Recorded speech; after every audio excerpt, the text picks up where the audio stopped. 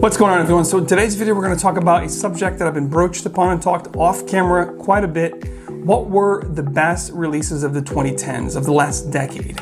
So in today's video, I'm going to break it down actually in two videos. This is going to be the designer. I'm going to share with you guys my top 15. It was kind of hard to do just 10. So these are going to be my top 15 favorite releases of the decade. So if you guys want to know what my top fragrances for the decade designer edition are, stick around. It's coming up next.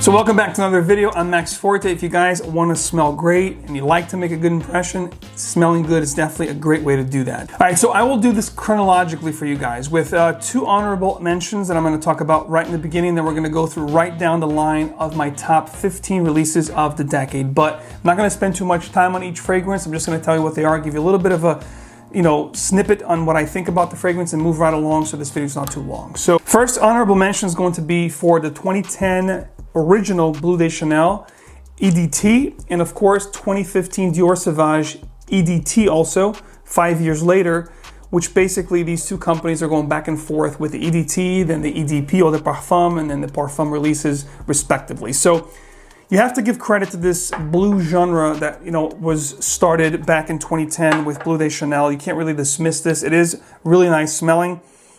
You have this blue, semi-aquatic, almost spicy, woody, aromatic kind of a scent profile that's really blue, as the name implies. So both these fragrances, the main difference here between the two is that if you like something a little sharper, a little bit sweeter, go with the EDT of Sauvage, Dior's iteration of this blue scent.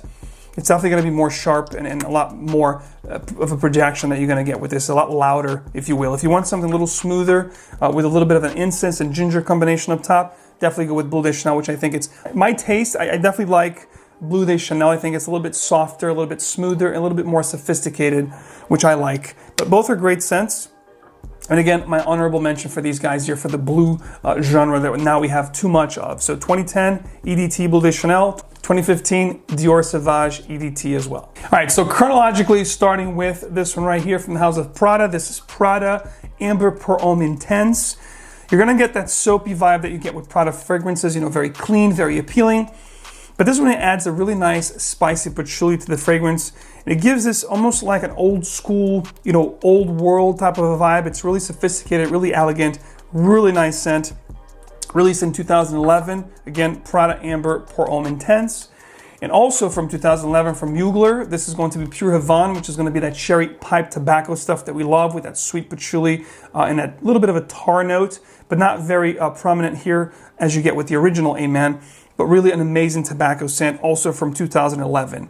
Now we're going to go forward to 2012, and we're going to talk about this one here from Dior. This is Eau Sauvage Parfum Edition, which is basically a myrrh incense with bergamot and an amazing vetiver combo at the dry down.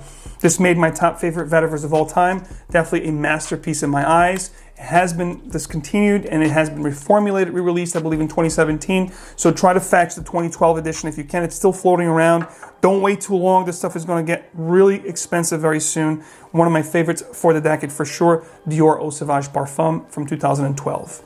Also from 2012, we had this bomb of a fragrance, which is a vanilla tonka with mint up top. This is going to be almost gourmand territory, but it's really an oriental kind of a fragrance. Versace Eros from 2012. I have a lot of memories with this fragrance. It's actually my second bottle. I got the 200 ml because I went through a 100 ml very fast. So I said, let me get the big one now. This should last me quite a while. I don't wear this as much as I used to, but you have to give credit to this fragrance right here. I don't love it, but it does give me a lot of compliments and positive attention. My wife loves this, and people around me, whenever I'm wearing this, actually, they like the way I smell. So you gotta give credit where it's due. It's not my favorite, not one of my favorites, but just like we talked about the blue ones here, they actually made an impact in a decade. So Versace Eros from 2012 is definitely one that deserves to be here at the top 15 releases of the last decade. Up next, we have one from PRADA also. This is going to be Luna Rossa Extreme. It's also discontinued oriental spicy scent. It's got tobacco. It's a little bit boozy. It's very spicy. Definitely my favorite from the collection. And you ask yourself, why the hell they discontinue stuff like this? This stuff here is just incredible. If you watching this video have had any chances of smelling PRADA Luna Rossa Extreme, you'll know exactly what I'm talking about. This one here, hard to find and really clammy in price because it has been discontinued. But if you do find it kicking around, guys, definitely try this fragrance. You're gonna love it. If you like spicy oriental fragrance, this stuff is amazing. From 2013, PRADA Luna Rossa Extreme. Step aside Tom Ford Tuscan Leather, guys. This is definitely one of my favorites, if not my favorite leather fragrance of all time. I don't talk much about this one just because, again, it's discontinued, but I have to talk about it because this is a top decade, and this is definitely in my top favorites from the decade. This is going to be Noble Leather from Yves Saint Laurent. This is leather, saffron, dried fruits, a woody, spicy, dried down. There's a lot of spices here like cinnamon. This is just heavenly, guys. If you have a chance to fetch a bottle of this stuff right here, definitely do it. You're not going to regret it, especially if you love spicy, leathery fragrances. Noble Leather from YSL from 2013. Too bad, again, another discontinued scent. You know, you always ask yourself, why do they do that? Why do they release such gems and then put them out? You know, but again, 2013.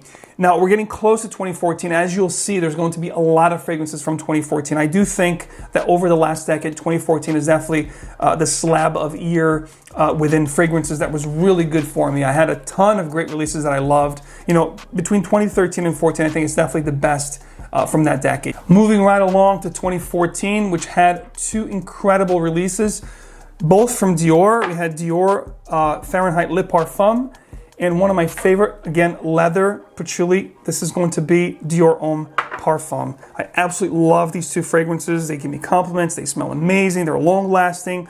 This is going to have a vanilla bourbon enveloping that very familiar Dior Fahrenheit that we love. I mean, if you love that scent, you're going to love this one. It's just a little sweeter, a little bit more oriental facet to that, you know, original Fahrenheit. And this one here takes the Dior Homme Intense Iris and puts this dirty leather accord to it, making it really amazing. This chocolatey cocoa-like patchouli that you get with the dry down. Both phenomenal scents from 2014. One last one from 2014 we have from the house of HERMES. This is going to be Terre de HERMES Eau Fraiche. This one always makes my top summer fragrances. This is an incredible citrus take on that vetiver with the orange up top.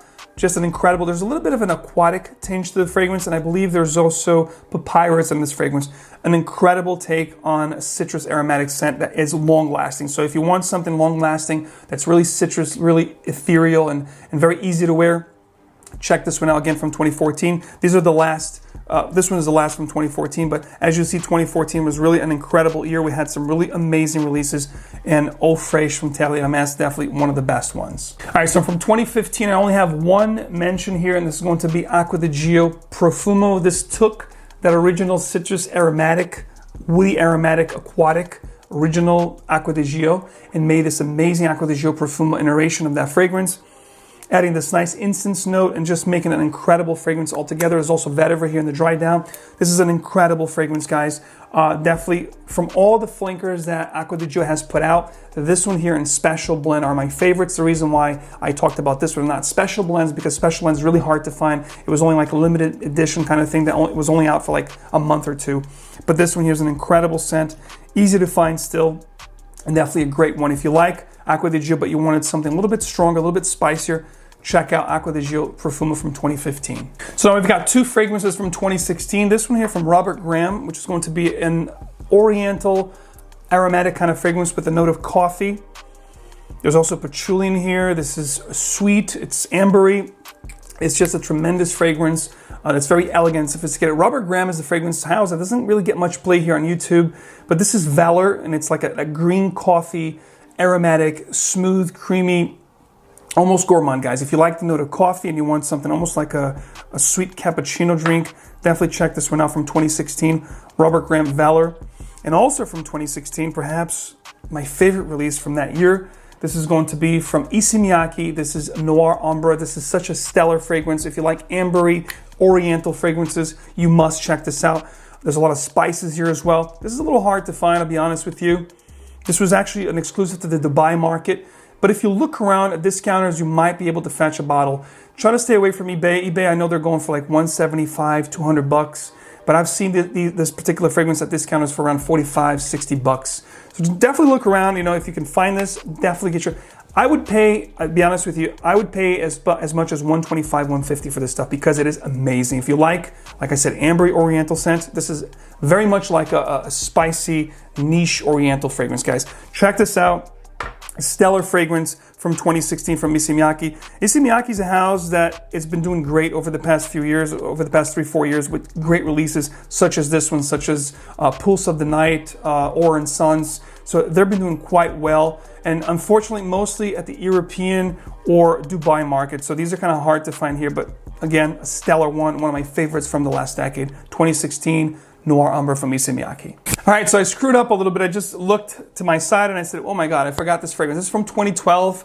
This is also from Chanel, just like the Bleu de Chanel here, but this is Eau Extreme, which is going to be a tonka, mint, and citrus kind of combination. A little bit powdery in the dry down, but definitely a compliment monster and a compliment magnet at that. So Chanel Allure Homme Sport Eau Extreme, a great one from 2012, just like Versace Eros if you want something a little bit more aquatic. Check this one out, also from 2012. So I'll put it back here because I had forgotten it. So now the last one is going to be actually from 2018, which is a find of mine around April this year. And I did share with you guys in a full review. And this is very reminiscent of Tuxedo from Yves Saint Laurent. This is Moustache EDP from Rochas. This stuff is just stellar, guys. If you want a spicy, boozy kind of a fragrance that's very ambery as well, tremendous, spicy notes, woody accords. This is just a stellar fragrance, guys. Again, one that I picked up for I think $50, 50 or $60. Now it fetches a pretty penny because it's hard to find, and I think it might have been discontinued, but or not discontinued, but hard to find here in America. But I think it's readily available in Europe. So if you're watching this video and you're in Europe, guys, definitely check this one out if you haven't. One of my favorite discoveries of the last decade, released in 2018, and it just made the list. So there was nothing really that was captivating enough for me to include on this list. So these are my top 15 with these 2 honorable mentions. Let me know down in the comment section, guys, what you guys think are the best releases from the last decade. You can share with me your top 5, your top 10, or even your top 15. I'd love to read your comments, and we can talk about the last decade. What did you guys think was the most predominant things, the most predominant notes? Maybe I'll do a video about that, talking about the most trendy notes or the most trendy fragrances in the 2010s. If you guys want to see a video like that, also let me know down in the comments. Thanks so much for tuning in. As always, I appreciate the support, guys. Don't forget to like, subscribe for a lot more, and don't forget to enable your notification bell icon. That way you get videos straight into your feed, videos just like this. As always, fragrance is emotion, so wear what truly moves you. I'll catch you again real soon.